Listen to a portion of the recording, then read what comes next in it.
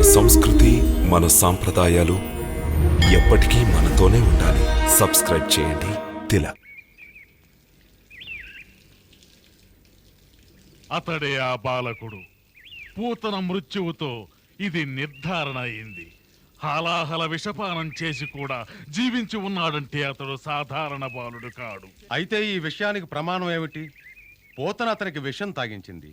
మనకు లభించిన సమాచారం ప్రకారం పోతన ఆ బాలకుణ్ణి తీసుకొని ఆకాశ మార్గాన ఎగిరిపోయింది. ఎగురుతూ ఎగురుతూ కింద పడి మరణించింది. దీని అర్థం ఇలా కూడా అయి ఉండవచ్చు. ఆ బాలుణ్ణి తీసుకుని స్వయంగా మహారాజు చెంతకే వస్తూ ఉండవచ్చు. సాక్షాత్తు మహారాజు గారి చేతుల్లో ఉంచి మహారాజు గారి చేతనే హత్య చేయించాలని ఆమె అనుకుని ఉంటుంది. ఇందులో సందేహమే లేదు. మరి ఎలా పూతనికి మృత్యువు ఏర్పడి ఉంటుంది? ఈ ప్రశ్నకి ఇంతవరకు సమాధానం లభించలేదు. ఆమె మృత్యువు చర్చనీయాంశమే గాని ప్రతి ప్రాణి యొక్క మృత్యువు తన శ్వాసల గణాలను బట్టి ఉంటుంది. ఆ శ్వాసల గణాలు సమాప్తి కాగానే ప్రాణి మరణించవలసిందే. చాణు, ఆనాడు చెప్పావు నువ్వు, ఇప్పుడు సైనికులు ఎవరిని పంపించవద్దని. మన పారంపర్య దైత్యులలో ఎవరో ఒకరిని ఎన్నుకుని పంపించాలని. అతడే బాలకుడు అనేది నిశ్చయం చేయడం జరిగింది. ఇప్పుడు అతని జీవన లీలలను సమాప్తి చేయగలవారు ఎవరనేది నిర్ణయించాలి. రేపు ప్రాతకాలానికి అటువంటి వ్యక్తిని తీసుకువచ్చి మా సమక్షాన ఉంచు. ఇది జరిగి తీరాలి. అతడు ఏం పారితోషికం అడిగినా మేము ఇవ్వగలం. అర్థమైందా? ఆజ్ఞ మహారాజా.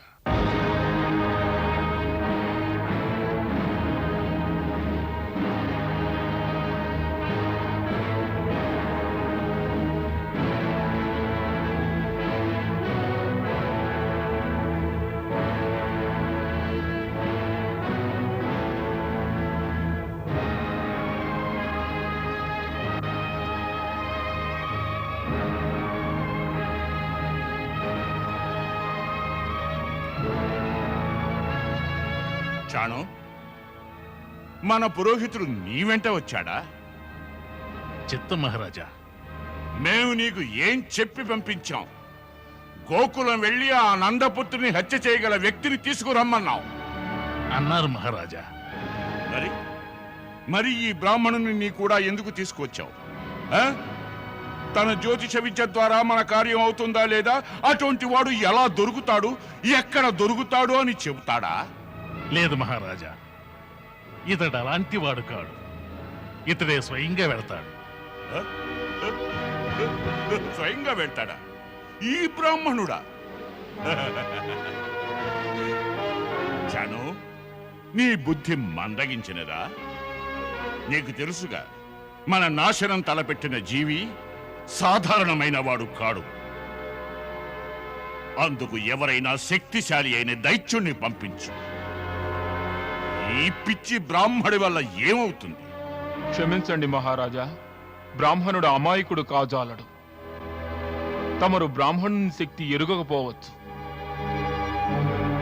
బ్రాహ్మణుడు విద్వాంసుడైతే అతనికి ఎంతో మంత్రతంత్ర పరిజ్ఞానం ఉంటుంది. వాటి ఉచ్చారణ వల్లనే పెద్ద పెద్ద మాయాశక్తుల్ని వశం చేసుకోగలుగుతాడు. అంతేకాదు, మావలే శరీరాన్ని సంసిద్ధం చేసుకోగలిగినాడు ప్రపంచంలోని మహామాయాశక్తులన్నింటినీ ఢీకొనగలుగుతాడు. అంటే నీ మాటలకు అర్థం నీకు మంత్రతంత్రాలన్నీ కరతలా మలకాలా? అవును మహారాజా, నేను మానసికంగా తమ దైత్యులకు పరమ గురువులైన శుక్రాచార్యులకు శిష్యుడిగా భావిస్తాను. వారి గురు పరంపరనే అనుసరిస్తూ ఉంటాను. గురువాసనంపై వారి ప్రతిమ నుంచి పూజిస్తూ ఉంటాను. తమకు తెలిసే ఉంటుంది, దేవాసుర సంగ్రామంలో బలిచక్రవర్తిని విష్ణువు సంహరించగా శుక్రాచార్యులే తమ సంజీవిని విద్య ద్వారా మహారాజు బలిని సేనా సహితంగా పునర్జీవితుల్ని చేశారు. గురు పరంపర అనుసారం ఎప్పుడూ నా మనస్సున ఆయన శక్తి యొక్క ప్రాదుర్భావం జరగటం స్వాభావితం.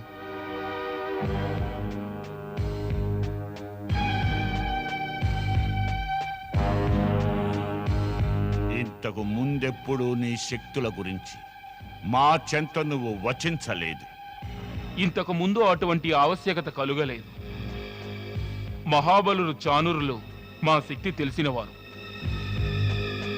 నేడు నా వద్దకు వచ్చి మహారాజు గారికి మీ అవసరం ఏర్పడింది అన్నారు. తమ సేవకై ఏతించి తిని. నీ రాజభక్తికి మేము ప్రసన్నులమయ్యాం. మా సమస్య ఏమిటో తెలుసు అనుకుంటాను. తెలుసు మహారాజా.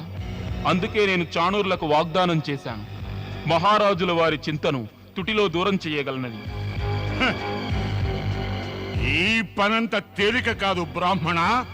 బ్రాహ్మణులకే అతి తేలిక. ఎందుకంటే నందుల వంటి ఆస్తికుల గృహములందు బ్రాహ్మణులకే స్వాగతం లభిస్తుంది, తమ వంటి మాయావులకు కాదు. వారు స్వయంగా మర్యాద చేసి ఆహ్వానిస్తారు.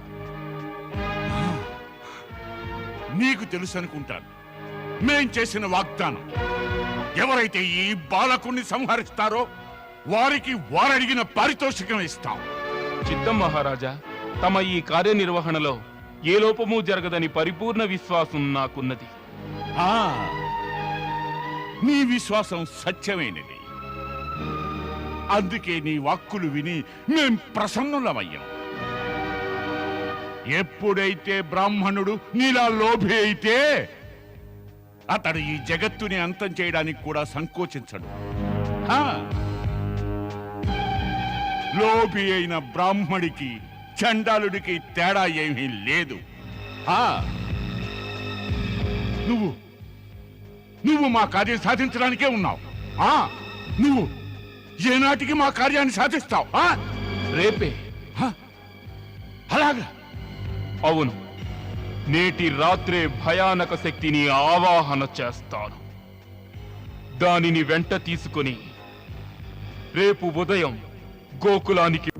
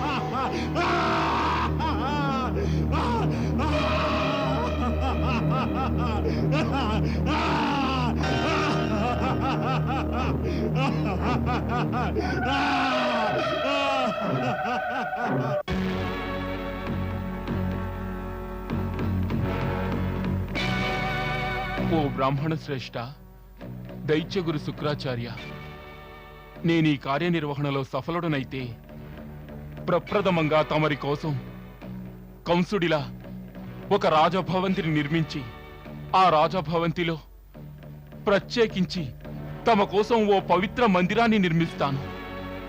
ఆ మందిరంలో తమ పెద్ద ప్రతిమను స్థాపన చేస్తాను. ఎల్లప్పుడూ నేను తమకు పూజలు చేస్తాను.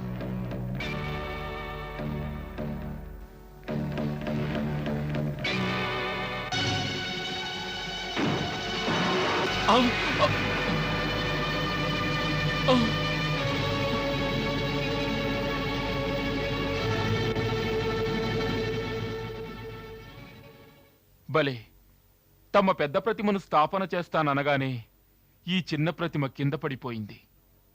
పర్వాలేదు, నా వాగ్దానం నిలబెట్టుకుంటాను.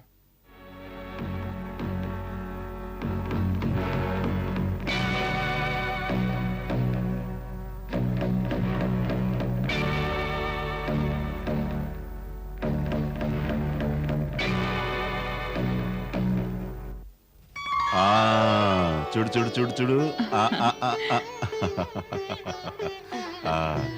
ఎంత అందంగా ఉంది. మన చిన్నారు బాలుడు ఎంత సుందరంగా ఉన్నాడో. ఇది పెదబాబుకి. అరే ఏడవకూడదు నాన్న. బంగారు తండ్రి. ఆ, ఆ, ఆ, ఆ.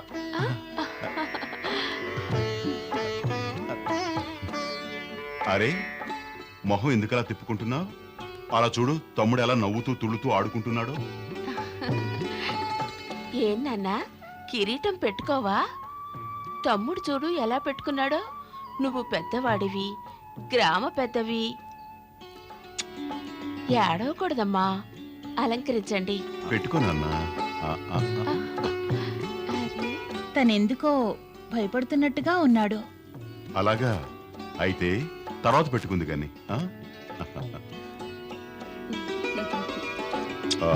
నేను సభా మండపానికి వెళ్తాను. ఆ, నా కోసం నిరీక్షిస్తూ ఉంటారు. అలాగే. మొండివాడివిరా నువ్వు.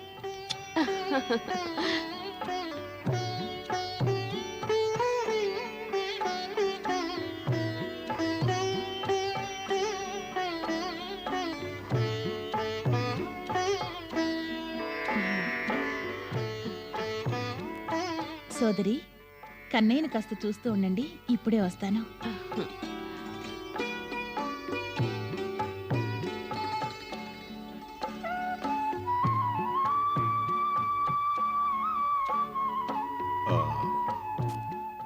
ఏ అపరిచిత వ్యక్తిని లోనికి రానివ్వకు. స్త్రీ అయినా పురుషుడైనా ఎవరైనా సరే. అలాగే.